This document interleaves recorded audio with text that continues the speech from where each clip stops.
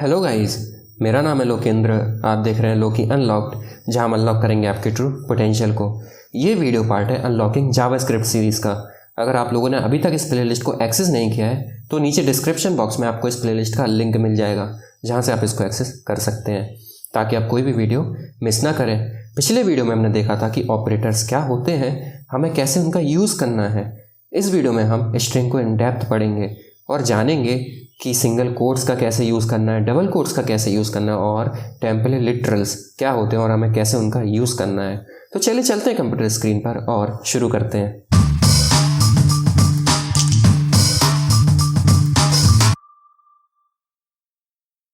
चलिए समझते हैं जावास्क्रिप्ट में स्ट्रिंग्स क्या होती हैं। जैसा कि हमने डेटा टाइप वाली क्लास में पढ़ा था कि a string is a sequence of characters used to represent a text. किसी भी टेक्स्ट को रिप्रेजेंट करने के लिए हम स्ट्रिंग डेटा टाइप का यूज़ करते हैं। In JavaScript strings are primitive data type. जो स्ट्रिंग्स होती है वो प्रिमिटिव डेटा टाइप्स होते हैं। ये तो हम पहले भी पढ़ चुके हैं, अगर आप लोगों ने मेरी primitive and non primitive data types वाली वीडियो चेकआउट की होगी। इसके बाद हम जानते हैं कि स्ट्रिंग्स को डिक्लेयर करने के 3 वेज होते हैं। पहला सिंगल कोट्स का यूज़ करके, सेकंड डबल कोट्स का यूज़ करके एंड थर्ड बैकटिक्स का यूज़ करके, जिसे हम टेम्पलेट लिटरल भी कहते हैं। जो बैकटिक होता है वो आपके कीबोर्ड में टैब और एस्केप की के बीच में होता है। चलिए समझते हैं कि हमें 3 तरीकों की ज़रूरत क्यों पड़ी स्ट्रिंग को डिक्लेयर करने के लिए। इस वीडियो के लिए जो मैं फाइल बना रहा हूँ वो है tut5.js और हर वीडियो की तरह ही आपको इस वीडियो की फाइल का गिटहब रेपोजिटरी का लिंक नीचे डिस्क्रिप्शन बॉक्स में मिल जाएगा। मान लीजिए मैंने एक वेरिएबल बनाया const first name equal Lokendra, और हमने एक और वेरिएबल बनाया लास्ट नेम, बट इस बार हम यूज़ करेंगे सिंगल कोट्स का। इसके बाद मैंने एक और वेरिएबल बनाया यूज़र नेम इक्वल, इस बार मैंने यूज़ किया बैकटिक्स का और मैंने यहाँ पे डाल दिया लोकी अनलॉक्ड। तो आप देख पा रहे हैं कि ये जो तीनों ही वेरिएबल्स हैं वो एक स्ट्रिंग को रिप्रेजेंट कर रहे हैं। और इसको कंफर्म करने के लिए कि तीनों वेरिएबल स्ट्रिंग्स हैं या नहीं, हम टाइप ऑफ कीवर्ड का यूज़ कर सकते हैं। हमने अपनी क्लास में पढ़ा था primitive and non primitive data type में कि अगर हमें किसी भी वेरिएबल के डेटा टाइप को देखना हो तो हम टाइप ऑफ कीवर्ड का यूज़ कर सकते हैं और वो हमें रिटर्न करके दे देता है उस वेरिएबल का टाइप। और यहाँ पर हम देंगे यूज़र नेम। जैसे मैं फाइल को सेव करूँगा, कोड को रन करूँगा, तो हमें पता है कि हमें इन तीनों के डेटा टाइप मिल जाएंगे रिटर्न होके, जो कि है स्ट्रिंग। इसमें कोई भी सरप्राइज होने वाली बात नहीं, ये तो हम पहले भी देख चुके हैं। समझने वाली बात क्या है कि अगर मान लो मेरे पास ये जो स्ट्रिंग है लोकेंद्र, इसके बीच में मुझे डबल कोट्स का यूज़ करना हो। मैं क्या कहना चाह रहा हूँ, मान लो मुझे चाहिए कि मेरे को लोकेंद्र के बीच में एक डबल कोट भी चाहिए, तो मैं ऐसा नहीं कर सकता। आप देख सकते हैं कि मुझे यहीं पर एरर देखने को मिल रहा है और जावास्क्रिप्ट का इंजन जो है वो कंफ्यूज हो रहा है कि यहाँ से डबल कोट शुरू हुआ, यहाँ पर जो डबल कोट है वो एंड हो गया, मीन्स यहाँ पर स्ट्रिंग एंड हो गई। इसके बाद ये एक और डबल कोट कहाँ से आया, ये कहाँ से शुरू हुआ और कहाँ पे एंड हुआ। इसीलिए हमें ज़रूरत पड़ी सिंगल कोट्स की और बैकटिक्स की। इसको मैं कमेंट आउट कर दूंगा कि कैन नॉट, और यहाँ पर एक और comment, can not do it like this. हम कर सकते हैं ऐसा, हम डबल कोट्स के बीच में भी डबल कोट दे सकते हैं, बट वो हम थोड़ी देर में पढ़ेंगे कि उसे कैसे करना है। लेकिन अगर मैं गुप्ता के बीच में एक डबल कोट दूं और फाइल को सेव करूं और यहाँ पर मैं प्रिंट कराऊं अगर लास्ट नेम की वैल्यू, तो आप देखेंगे कि मुझे स्ट्रिंग के बीच में डबल कोट प्रिंट होकर मिल गया। मीन्स हम सिंगल कोट के बीच में डबल कोट्स दे सकते हैं। और सिमिलरली अगर हम चाहें तो बैकटिक्स के बीच में भी डबल कोट दे सकते हैं या फिर हम सिंगल कोट भी दे सकते हैं।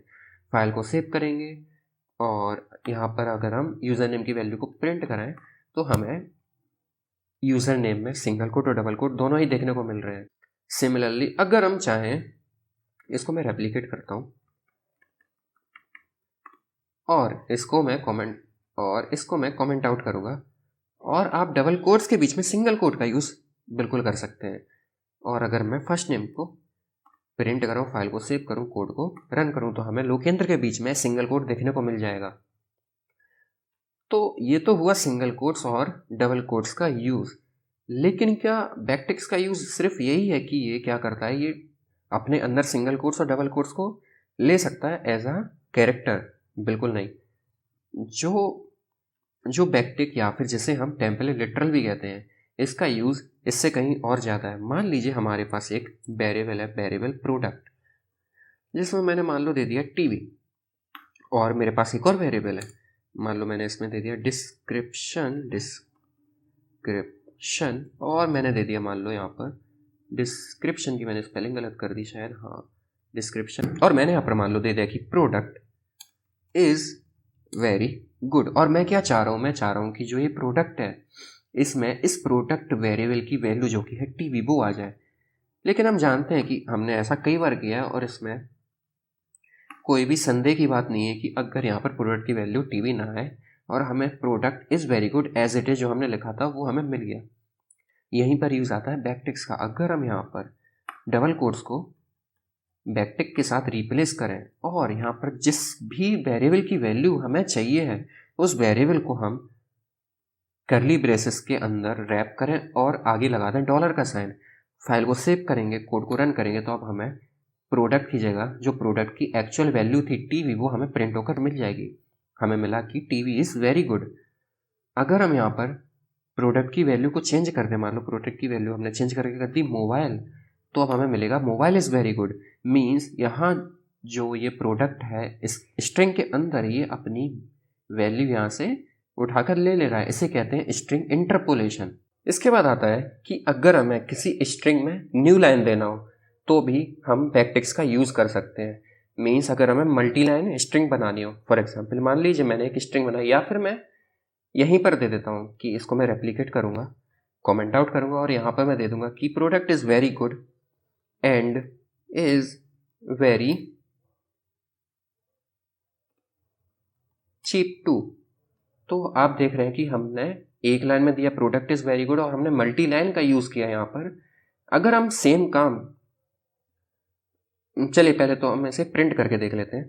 जैसे ही मैं इसको रन करूँगा और प्रिंट करूँगा तो हमें दोनों अलग अलग लाइन में प्रिंट होकर मिल जाएंगे। लेकिन अगर हम ये सेम काम करें डबल कोट्स या फिर सिंगल कोट का यूज़ करके, तो आप देख पाएंगे कि हमें एरर देखने को मिलेगा।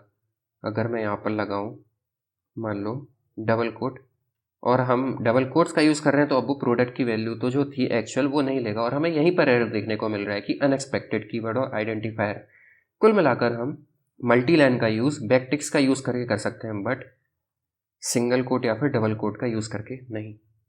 ये तो मैंने आपको बता ही दिया कि जो टेम्पल या लिटरल है वो मल्टी लाइन को सपोर्ट करते हैं और अलाउ करते हैं स्ट्रिंग इंटरपोलेशन को, कि अगर किसी स्ट्रिंग की वैल्यू या किसी वेरिएबल की वैल्यू उसे ऊपर से लेना है तो ले सकता है। इसके बाद आते हैं एस्केप कैरेक्टर। अब एस्केप कैरेक्टर क्या होते हैं? एस्केप कैरेक्टर एक स्पेशल टाइप से कैरेक्टर होते हैं। जैसे कि अभी हमने थोड़ी देर पहले देखा कि हम डबल कोट्स के अंदर डबल कोट नहीं दे पा रहे थे, या फिर हम सिंगल कोट्स के अंदर सिंगल कोट नहीं दे पा रहे थे। तो इन्हीं प्रॉब्लम्स को सॉल्व करते हैं एस्केप कैरेक्टर। जो ये आप साइन देख रहे हैं ये होता है बैकस्लैश का। चलिए समझते हैं डायरेक्ट कोड करके कि एस्केप कैरेक्टर्स क्या होते हैं।